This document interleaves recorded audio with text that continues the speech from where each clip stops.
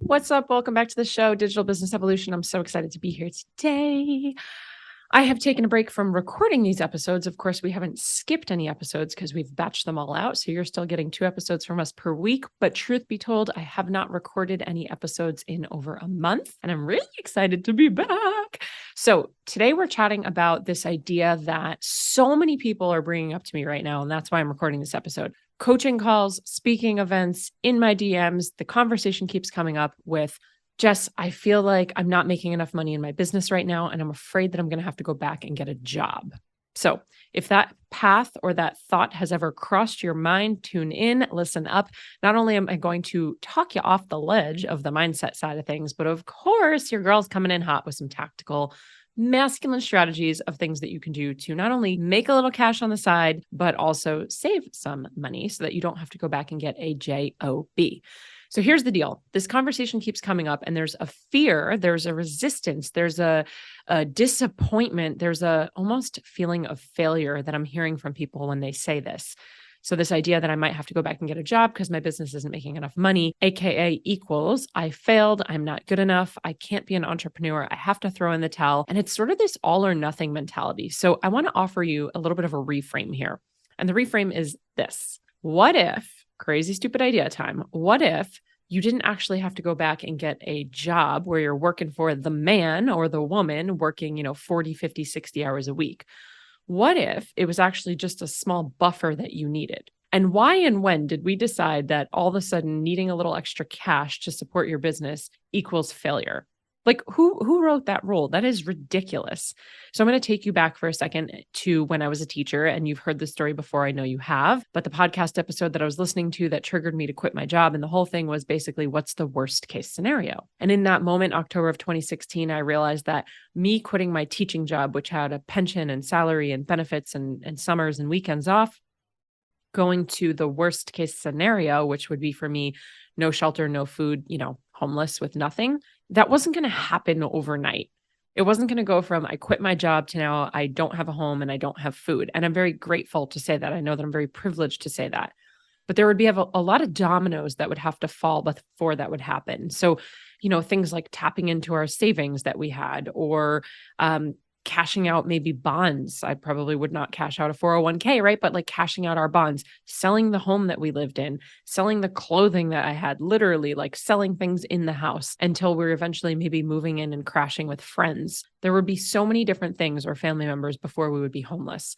So the other way around, when we're talking about, I'm trying to do this thing as an entrepreneur, I'm trying to be this business owner and it's getting really hard, or I'm really, really stressed. It's the same thing here.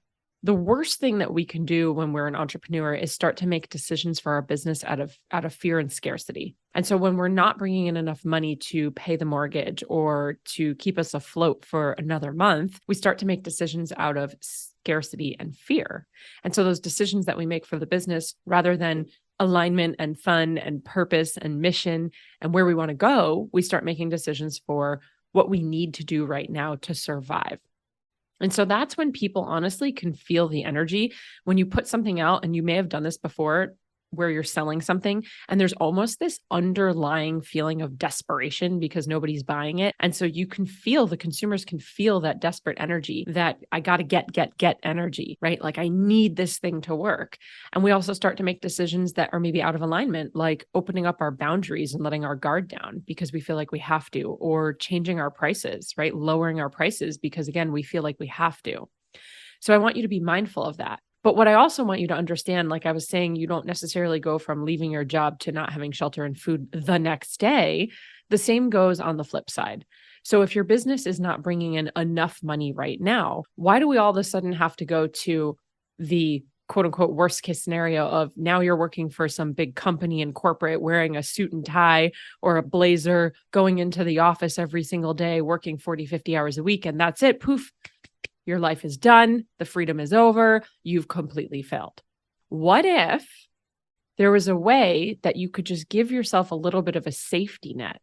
And what if that actually was an empowering decision? Because picking up a little job here or there, bringing in a little cash here or there, could actually be the very thing that would give you the security to allow you the freedom to make the decisions from a place of excitement, alignment, abundance, growth, future.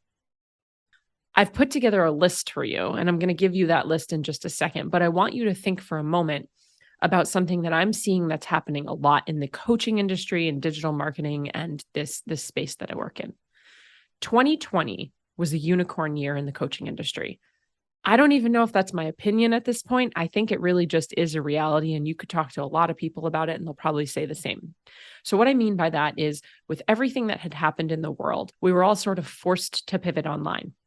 We're taking classes online, we're communicating with each other online, we're building friendships, we're seeing family members through Zoom, we're hanging out online. And so a lot of people were home, and a lot of people started to not only use the online space for their own outlet, but they also started to create money online because a lot of people lost their jobs. I don't have to tell you this, you were a part of it. A lot of people were forced out of work or started questioning what their purpose was, questioning what they were even doing with their life. And so a lot of people pivoted online. So the coaching industry exploded in 2020. And it was this unicorn year where, quite frankly, it was easier than it's ever been to make money online. It was easier to get in front of people online. It was easier to sort of throw something out there, for lack of a better term, spaghetti at a wall with a piece of content and say, hey, I'm offering Zoom classes. Hey, I've got this thing. Do you want to join my masterclass? I'm doing a free Zoom. I'm hosting a $15 thing, or come over, I'll teach you how to do this XYZ for X amount of dollars. And it was easier. I'm not saying that it's easy, or if you struggled that you are not worthy, but 2020 was a unicorn year, myself included, and every single one of my peers and all of my mentors. We had our biggest financial revenue years ever in 2020. And most of us, from what I know and all the conversations that I have and all the masterminds in the rooms that I'm in, is that it's actually been harder, and collectively our revenue from everyone that I've talked to has actually dipped after 2020. We all had this massive spike in the coaching industry and digital entrepreneurship in 2020. And so now what's happening is twofold, and it's happening a lot with my clients. So I had clients that came through our signature program, Empower, back in 2020. And the most amount of clients that we've ever seen where they were hitting 10K months, they were hitting 6-figure years in extremely short amount of time. Yeah. So we had clients that were hitting 6 figures in literally 6 months back in 2020. And it was happening easily. It's not that they weren't working hard. It's not that they didn't have incredible things to offer the world, but it was sort of just happening effortlessly. They would say they had an offer, they would put it out, they had a solution, and people would bite. And so it happened easier for people. And now what we're dealing with is sort of the coattails of that. So we're seeing people that are finding, wow, this is actually a lot harder. Or I've burned through my warmest audience and everyone that knew me for that thing has already purchased. Now I need to get in front of new leads. Now I need to grow my audience. Now I need to find out what's not working. What we're also seeing is that people returned to real life and they went back to their jobs and their normal life. And a lot of people don't want to be behind the computer all day. They don't want to be on Zoom all day. They're excited to be back in their real gym and in person, and they're excited to go on vacations and retreats. And so there has been a natural dip that's happened in the industry. And the second thing is that 2020 almost created a false sense of what was required. And that false sense of what was required in becoming a business owner, because that's what we are. We're business owners. We're not just coaches. We're not just putting up content on the internet, on social media. That's not what a business is. We're business owners. And so there's this almost false sense of what was required, where a lot of people have wanted to get into the industry and then they very quickly see what's actually required. And then they want to get out of the industry because they're like, whoa, it's not for me. So I'm prefacing this episode with all of this information because, number one, as always, I don't want you to judge yourself. You could be sitting in a position right now where maybe the coaching thing and the online thing and the digital entrepreneur thing, it's not fully working for you, not only because it's difficult, but maybe you just don't really like it. Maybe it's not for you because you're recognizing that there's clarity and contrast. And so by doing and trying, you're recognizing, you know what? I actually love having a boss. I love going to the office. I love having a team. I know for me, entrepreneurship, it's lonely sometimes, especially digital entrepreneurship, where you're just kind of behind the computer doing your thing. It's amazing. And right, it allows us all this freedom and autonomy. And yeah, sometimes I do miss having a boss. I miss having a team. I miss hanging out around the water cooler, right? Like you miss that. And so people by trying and doing will often learn maybe it's not for them. So if you're listening to this episode right now and you've had these feelings and emotions of like, I'm not sure it's for me, or this has been harder than I expected, or it's harder than it used to be, or I'm just not bringing in enough money right now, I feel like I have to go back and get a job. I want to just make sure that number one, you're not judging yourself. Number two, you are not alone. I can't stress this enough. I've been doing this online thing for 10 years, 5 years full time. And yes, I still lay in bed sometimes going, man, there is just something to be said for having a 9 to 5. You clock in, you clock out. You don't think about it when you're not there. You get a paycheck in the mail and your boss tells you what to do. Like there's something to be said for that. So don't judge yourself. You're not alone. And let's see if we can reframe a little. You don't have to go from I'm not bringing in enough income right now to I have to go get a job and there goes all my freedom. So what I'm going to do is I'm going to give you a couple different ideas right now of how you can actually bring more money into your business.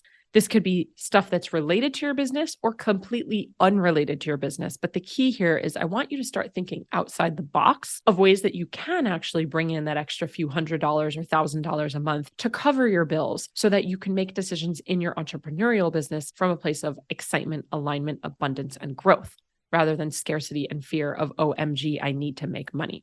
So number one, real simple, you can just inject more cash into your business in a way around things that you're already doing. So let's say you're a coach like I am, you could quickly inject cash by hosting a virtual or live VIP day for clients. You could repurpose old programs or content and just sell it through email.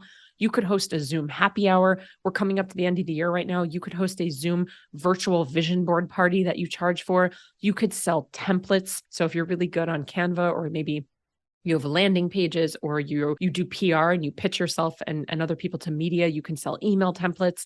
So there are tons of ways that you can just do a quick cash injection into your business.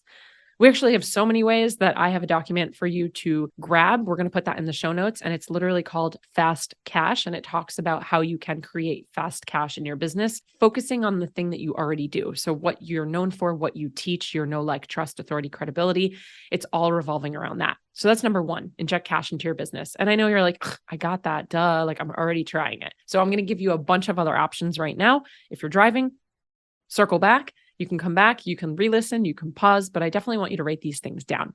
So number two is you can offer your services as an intrapreneur. An intrapreneur is someone that's working in someone else's entrepreneurial business. So if you're really good at Canva or pitching or writing copy, if you're good at audits, if you love coaching, like we pay coaches inside of Empower to be coaches inside of Empower.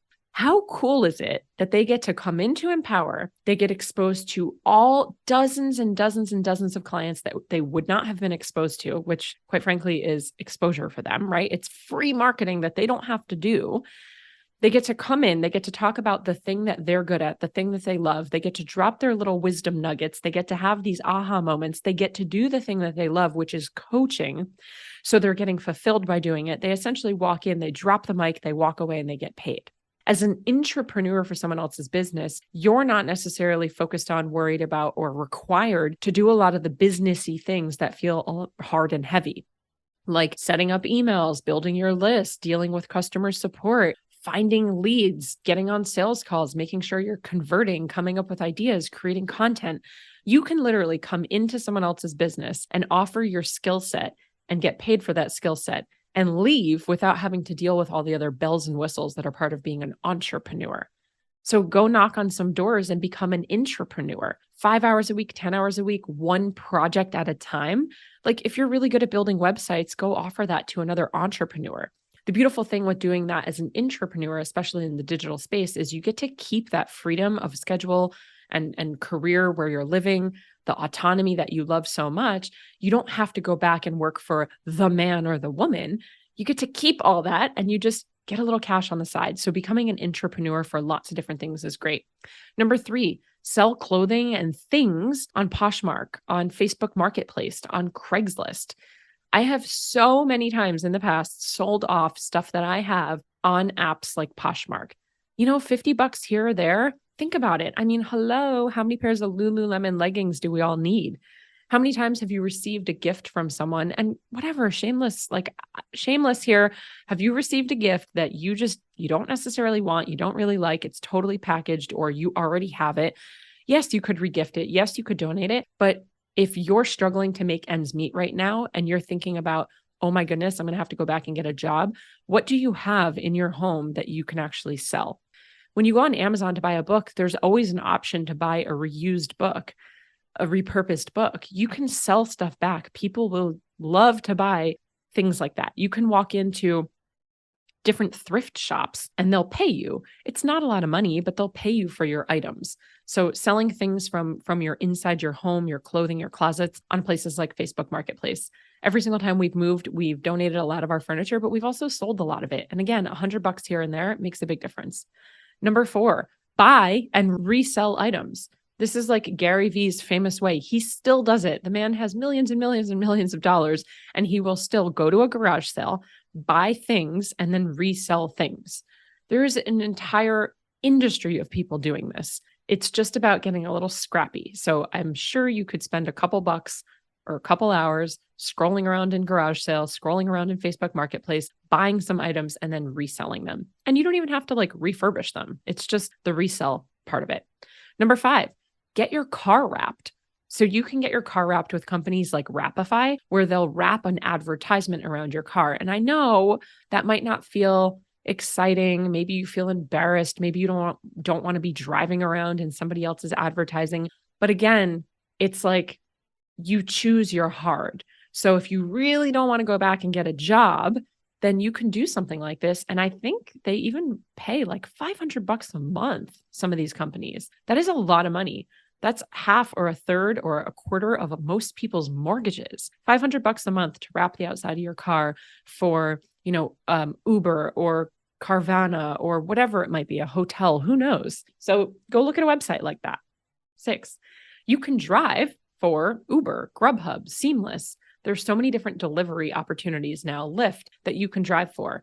And again, it's on your own schedule. That's the point. That's what I'm trying to make here. You don't have to give up the life of being an entrepreneur, which is probably one of the draws to becoming an entrepreneur, is that you get to make your own schedule and travel when you want to travel and work when you want to work. So yeah, a couple hours a week driving for something like Uber or Grubhub, it's a lot of extra cash in your pocket. Not to mention, if you do it really well, you get tips.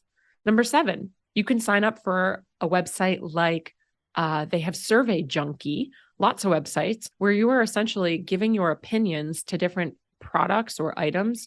You're getting paid to give testimonials, reviews for different brands. So signing up for something like a Survey Junkie is really easy. It takes no time. You can do as many or as little of them as you want.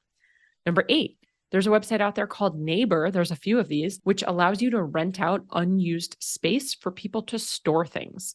So yeah, it might not be climate controlled, or maybe it is, but if you have an extra garage, you have an extra room in your bedroom, maybe you have an extra home, a second home that you don't utilize often, you can rent out space there. I'm not talking about Airbnb and having someone living in it, but you can literally rent out the garage for people to store stuff. So again, that's Neighbor. There's a lot of websites like that.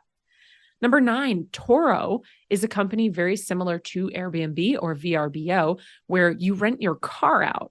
So if you have a car, especially a second car that you don't use often, and it sort of just sits around in your garage or your driveway, you can rent your car out. And much like Airbnb, you can choose when people can rent your car out. You pick how many dollars per day you want to charge, and you can go do something like that where it kind of becomes passive. You have to manage it, but you don't have to do anything other than maybe just manage. Number 10, you can become an Amazon affiliate. So this, again, could have nothing to do with your business, but my goodness, I got on TikTok recently and I feel like every page I follow is an Amazon influencer or an Amazon affiliate type of page. So the clothing that you're buying and wearing, the stuff you're using for your business. I'm an Amazon affiliate for things like the microphones that we use, the laptop stand, my ring light. If you love cooking or you have like a little blog or recipes or something, you can have your Vitamix on there, your air fryer. You can have every book that you read on there. Literally anything that you can buy from Amazon, you can be an affiliate for, and you get a commission back when someone purchases it from you. So yeah, it requires a little bit of effort in telling people, but it doesn't always have to be like, click the link in my bio or swipe up. I mean, you could just drop your Amazon affiliate link to friends. We all have friends that are like, oh my gosh, I love your air fryer. Which one is it? Instead of just sending them the Amazon link, you send them your Amazon link and you get a kickback. And on something that is a higher price point, like a Vitamix or a standing desk or a treadmill, all things you can buy on Amazon, that kickback is pretty sweet. That is a juicy kickback. I have a list that goes on and on and on and on. So without numbering it, because that's super boring, I'm just going to rattle off a couple other ideas. And again, these are outside of your business. Becoming an affiliate in general for other people, other products, other platforms is a great way to make some passive money. You could become a tutor, a dog sitter. You could become a VA, a virtual assistant for someone. You could sell your services, the thing that you're good at, on Fiverr or Upwork. You could sell photos to a place like Shutterbug, where they collect stock photos. You could sign up for TaskRabbit and you could go do tasks for people. Like I know when we've purchased some furniture where you have to build it yourself, we've never actually hired someone to do it, but we have debated getting onto TaskRabbit and hiring someone to come over and build the furniture or clean the house. You can sell unused gift cards on platforms like Raise. So we all get gift cards and they sit around and you don't use them. You can resell them. There are so many ways that you can inject cash into your life without it having to be the one thing that you do in your business and without you having to go and get a job. And the other part I want to just leave you with is not only can we make more money, but we also can always find more money. We can always find places that money is leaking. So I'm going to give you 3 things real quick. There's so many things that you can do to sort of tighten the belt and see where money might be leaking. So you might not have to go get a job. You might just be not handling your money right now very well. And that's, again, not a judgment. It's just a reality. So number 1 is sign up for a platform like Honey. Honey is an extension that you can add to Chrome or probably Safari. And what it is it's like a coupon discount searcher. And so every time I have it, every time I go to buy something, no matter what the website is, if I go to purchase something, a little Honey notification will pop up as an extension and it will say, are you interested in me looking for coupons or discounts? I click yes, and it scans for a moment and it looks for different coupons or discounts or codes, and it will let me know. 9.5 times out of 10, I end up finding a coupon that I would not have found. And all I needed to do was click find, and it's a free extension.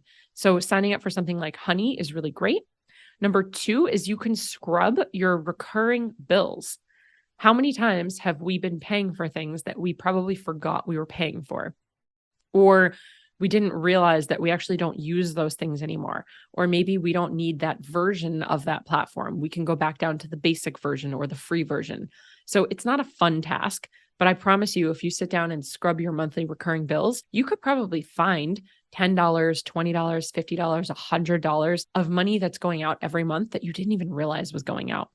And then number 3, which is really like a 2.2, is there are websites like Rocket Money, which is a platform that actually goes in and it helps you remove, when you sign up for things and you're like, it's a free trial, but then they say you have to cancel in 7 days or 10 days, and then you forget to cancel and you automatically get charged. There are platforms like Rocket Money, which will help you scrub your subscriptions to show you, because I know we've all done this, I definitely have, things that you're paying for that you didn't even realize you're paying for. And that's why I said it's like a 2B. It's like a 2.2, because it kind of goes along the lines with scrubbing your recurring bills, but it's one step further. It's scrubbing the things that you didn't even realize you were paying for because you probably didn't cancel them, even though you set a reminder on your phone to cancel it. And then whoops, life got in the way. So as we are wrapping this episode up, a little bit of a mindset shift here. Going and getting a job is not the be all end all if you're not making enough income. And going and getting a job does not mean that you're a failure. It could just very well be that being an entrepreneur is not for you. Oh, and we didn't even talk about picking up like a bartending shift, a waitressing gig, being, working the front desk of a gym, getting a free gym membership along the way. There's so many little things that you can do where you can still have that time and that freedom and that autonomy that you want, that entrepreneurship drew you in for. You don't have to go get a job if you're not making enough money. There are creative ways that you can bring more money into your business, and so many of them are completely unrelated to your business. So if you feel like you've been banging your head against the wall, already trying to put out offers, already trying to discount your services and offer more things and repurpose and put out different items for your business, I would encourage you to step away from the business and see if you could bring some cash in other creative ways. go back and listen, write these things down, check the show notes because we do have a download in there for you. And in addition to making more money, I would just encourage you to sit down and get creative. How can you also find money that might be leaking from your life already? So the good news is, friend, you don't have to just go get a job if it's not working out. And the even better news is that we get to be creative. We get to be creative. We choose how to win this game called life, and we are the ones who write the rules. So you don't need to throw in the towel if it's not working right now. Cool? All right. I hope you loved this episode. If you did, take a screenshot, tag me on Instagram. I am Jessica DeRose. Let me know which of these different things you're going to be trying. And heck, even if you don't need to be bringing in money in your business, I would encourage you to go try one of these things or bring one of these things into your life and let's play a little game. How much more money could you make before the end of this calendar year? I mean, why not, right? It gets to be fun. As always, cheers to your evolution.